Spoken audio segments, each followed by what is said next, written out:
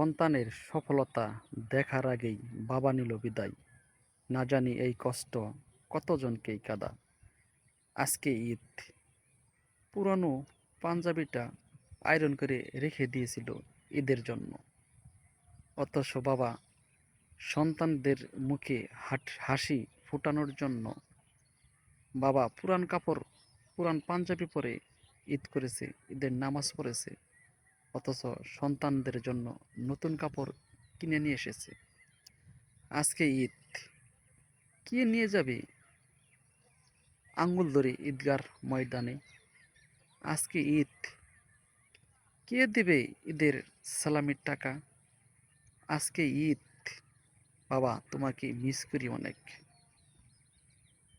5 kilometre রাস্তা হেঁটে এসে আঙ্গুর ফল, কলা, দুধ ইত্যাদি নিয়ে আসার জন্যই নামটা হচ্ছে বাবা। বাবা হচ্ছে বটবৃক্ষ। আজ বাবা বেঁচে নেই।